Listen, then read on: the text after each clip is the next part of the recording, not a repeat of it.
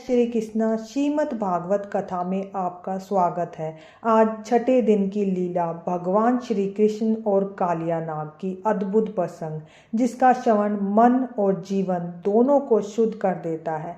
श्रीमद् भागवतम में कहा गया है कि जो भी भक्त भगवान श्री कृष्ण की कालिया नाग की लीला को श्रद्धा से सुनता है, उसके हृदय का विष, क्रोध, ईर्ष्या, भय सब दूर हो जाते हैं और उसे गहरी शांति और प्रभु भक्ति प्राप्त होती है। यह कथा सुनने से जीवन में साहस और करुणा की शक्ति जागृत होती है। जिस यमुना में गोकुलवासी स्नान करते थे, वहीं एक विषैला नाग अपना आतंक फैला रहा था, पर जब प्रभु के चरण उस जल में पड़े तो वही जल जीवनदायी बन गया। आइए सुनते हैं श्री कृष्ण और कालिया नाग की अद्भुत लीला। जब एक सर्प के अभिमान एवं विष का दमन हुआ।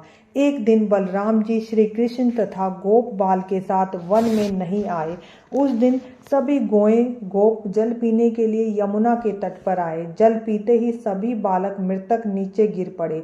श्री कृष्ण ने तुरंत अपना दृष्टिपात से उन्हें जीवित किया। बालकों की मृत्यु नदी में रहने वाले विशालकाय द्वेषी सांप कालिया नाग से हुई। उसी विष के फलस्वरूप यमुना जल उबलता रहता था। नदी के ऊपर से उड़ने वाले पक्षी भी उससे प्रभावित होते थे और नदी में रहने वाले सभी चराचर प्राणी मर चुके थे।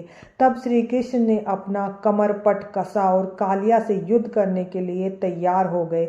एक कदम वृक्ष की शिखा पर चढ़ गए और यमुना में लगी एक झील में कूद पड़े। असहाय कालिया तुरंत वहां आ धमका और क्रोधवश श्री कृष्ण की छाती पर डंक मारने लगा और अपनी कुंडली में लपेटने लगा। वृंदावन में अनेक अशुभ लक्षण प्रकट होने लगे। ब्रजवासी समझ गए कि बलराम की अनुपस्थिति में श्री कृष्ण किसी संकट में है। वे कमल पुष्प, जो अंकुश, ध्वजा, व्रज आदि से युक्त श्री कृष्ण के चरण कमलों को देखते हुए तेजी से यमुना की ओर दौड़ पड़े। कालिया दहा पर श्री कृष्ण की कालिया की कुंडली में जकड़ा हुआ देखकर शोक संतप्त हो उठे। सभी गोपियां, गायें, गवाले, बछड़े शोक में डूबे हुए थे। वरिष्ठ गोपियां माता यशोदा के आंसू पहुँचते हुए उन्हें जीवित रखने के लिए श्री कृष्ण की महिमाएं गाने लगी। केवल बलराम ही शांत थे, क्योंकि वे श्री कृष्ण की शक्ति जानते थे।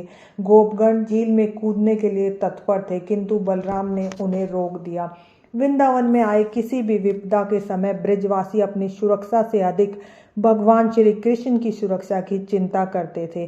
शक्तिशाली श्री कृष्ण कुछ समय के लिए कालिया की कुंडली में दबकर ब्रजवासियों की चिंता में उनके मधुर प्रेम का आस्वादन करते रहे। अंततः उन्हें मृत्यु के कागार पर देख श्री कृष्ण तुरंत कालिया की जकड़ से बाहर निकल आए। यह देख ब्रजवासियों को थोड़ी राहत मिली।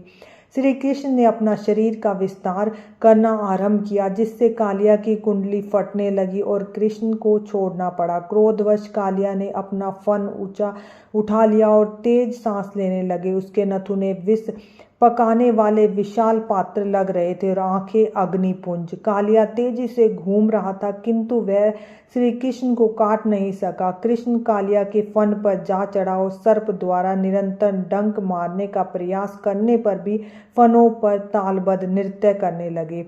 उनका नृत्य देख देवता वाद यंत्र बजाने लगे। कालिया के 101 प्रमुख फन थे। जब भी कोई फन नहीं झुकता तो श्री कृष्ण उस पर नाचते हुए अपने चरण कमलों को स्पर्श से उसको लाल कर देते। कालिया अत्यंत पीड़ा और यातना झेल रहे थे। तभी देवता फूलों द्वारा कृष्ण की पूजा करने लगे।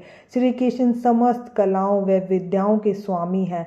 वे अपनी महानता और असुरों को दंड देने के लिए अपने क्रोध का प्रदर्शन करते हुए अपनी मधुर प्रतिभाओं द्वारा भक्तों का हृदय मोहित कर सकते हैं। श्री कृष्ण ने कालिया के सभी 1000 फनों का दमन किया। अंततः कालिया उन्हें समर्पित हो गया।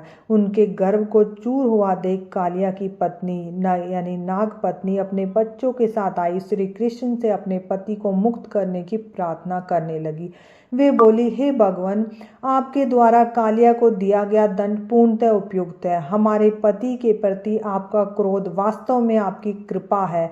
हमें कालिया को मिली इस परम कृपा के कारण समझ नहीं आ रहा। जब व्यक्ति को आपके चरण कमलों की धूलि मूली प्राप्त होती है तो वह सांसारिक सुखों से अनासक्त हो जाता है। तमोगुणी और क्रोधी होते हुए भी कालिया को अत्यंत दुर्लभ वस्तु प्राप्त हुई है। जिस प्रकार एक दयालु स्वामी सेवक के दोषों को क्षमा कर देता है, आप कृपया हमारे पति को क्षमा करें। कालिया को मुक्त करते हुए श्री कृष्ण ने उनसे कहा, अपने परिवार के साथ समुद्र में चले जाओ। तुम्हारे फन पर मेरे चरण चिन्ह को देखकर गरुड़ तुम्हारे ऊपर आक्रमण नहीं करेगा। कालिया ने अपनी पत्नी के साथ श्री कृष्ण की पूजा की और समुद्र में चला गया। श्री कृष्ण की कृपा से यमुना पूर्ववत शुद्ध हो गई। तत्पश्चात श्री कृष्ण झील से बाहर आए और समस्त ब्रजवासियों ने आनंद एवं राहत की अनुभूति की। यशोदा श्री कृष्ण को अपनी गोद में बिठाकर मूलधार आंसू बहाने लगी और बारंबार उसका आलिंगन किया। श्री कृष्ण के मधुर और प्रत्येक नेत्र एवं हृदय से मंत्रमुग्ध थे, अतः कोई भी उस स्थान पर जाना नहीं चाहता था। सभी ब्रजवासियों ने वह रात श्री कृष्ण के संग यमुना के तट पर ही बिताने का निर्णय लिया, किंतु रात के समय सहसा वन में आग लग गई और ब्रजवासियों को घेर लिया, किंतु श्री कृष्ण ने तुरंत उस अग्नि को निगलकर सबकी रक्षा की। श्री कृष्ण के व्यक्तित्व तथा गुणों का आकर्षक इतना मोहक है कि शुद्ध भक्त एक क्षण के लिए भी उनसे विरह सहन नहीं कर सकते। तो आज के जीवन में इसका प्रयोग हम कैसे करें? कालिया नाग की जो अद्भुत लीला है वो हमें नकारात्मक पर विजय, यानी कालिया नाग हमारे भीतर के विष यानी ईर्ष्या, भय, क्रोध का प्रतीक है।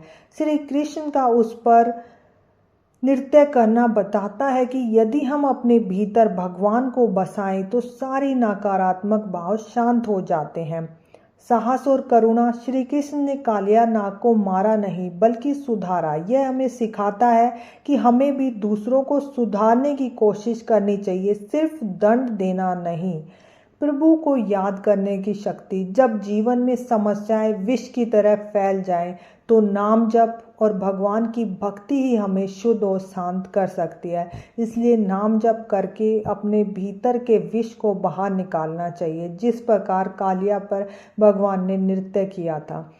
तो सार रूप में कालिया नाग की तरह जीवन के विषैले डर और भावनाओं को प्रभु के चरणों पर समर्पित कर दीजिए, वही असली मुक्ति है। हरे कृष्णा। प्लीज़ लाइक और सब्सक्राइब। जय श्री कृष्ण।